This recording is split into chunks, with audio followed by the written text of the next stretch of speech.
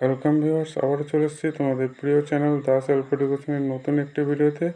আজকের এই ভিডিওতে আমরা দেখব ভারতীয় সৌরযান আদিত্য L1 তার যাত্রাপথে পৃথিবী ও চাঁদের ছবি তুলে পাঠালো। এই সংক্রান্ত একটি টুইট ইসরোর তরফ থেকে করা হয়েছে। টুইটটি কী আছে আমরা একটু দেখে নিই।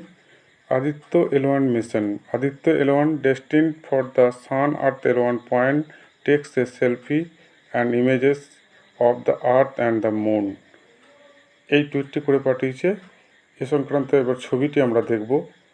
তার আগে আমরা যারা চ্যানেলে প্রথমবার এসছো, অনুরোধ করব চ্যানেলটিকে সাবস্ক্রাইব করে পাশে থাকা বেল আইকনে ক্লিক করে অল নোটিফিকেশন অন করে দাও। এই ধরনের ভিডিওগুলি সবার আগে তোমার কাছে পৌঁছে যাবে। চন্দ্রযান 3-র পর মহাকাশ বিজ্ঞানের ইতিহাসে আর এক মাইল ফলক স্থাপন করেছে ইসরো। দেশীয় প্রযুক্তিতে তৈরি সৌরযান আদিত্য L1 সৌর গবেষণা সফলভাবে উৎক্ষেপণ করা হয়েছে শ্রীহরিকোটা থেকে। ইতিমধ্যে লক্ষ্যে অবিচল থেকে আদিত্য নিজের কাজ শুরু করে দিয়েছে। গত 2রা সেপ্টেম্বর সূর্যমুখী অভিযান শুরু করেছে আদিত্য। এই মুহূর্তে তার গতি আগের চেয়ে বেড়েছে, তবে এখনও পৃথিবীর মায়া কাটাতে দেরি আছে।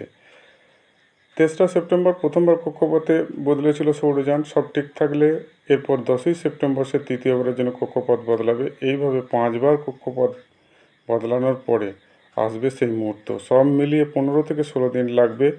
পৃথিবীর মাধ্যাকর্ষণ বলের বাইরে বেরিয়ে সূর্যের দিকে এগিয়ে চলবে সে। 15 লক্ষ কিমি দূরে L1 পর্যন্ত যাওয়ার কথা তার, যাতে পৃথিবীর হিসাবে সময় লাগবে 125 দিন। মাধ্যাকর্ষণ, সূর্যের আলোর জীবনীশক্তি সহ নানা বিষয়ে পরীক্ষা চালাবে আদিত্য। যানটিতে রয়েছে 7টি পেলোড, যার মধ্যে একটি সূর্য থেকে আসা আলোর পরীক্ষা করবে, বাকি 3টি প্লাজমা ও ম্যাগনেটিক ফিল্ড নিয়ে কাজ করবে। আমরা দেখতে পাচ্ছি সেই ছবি, যে ছবি আদিত্য L1 পাঠিয়েছে। আর তার সঙ্গে আমরা যে চাঁদের যে ছবি পাঠিয়েছে সেটাও আমরা দেখতে পাচ্ছি, খুব ছোট্ট। আর পৃথিবীর যে ছবি সেটিও দেখা যাচ্ছে, একদিকটা আলো আর অপর দিকটা অন্ধকার। এই যে ছবিটা আদিত্য L1 তার সেলফি তুলে পাঠিয়েছে।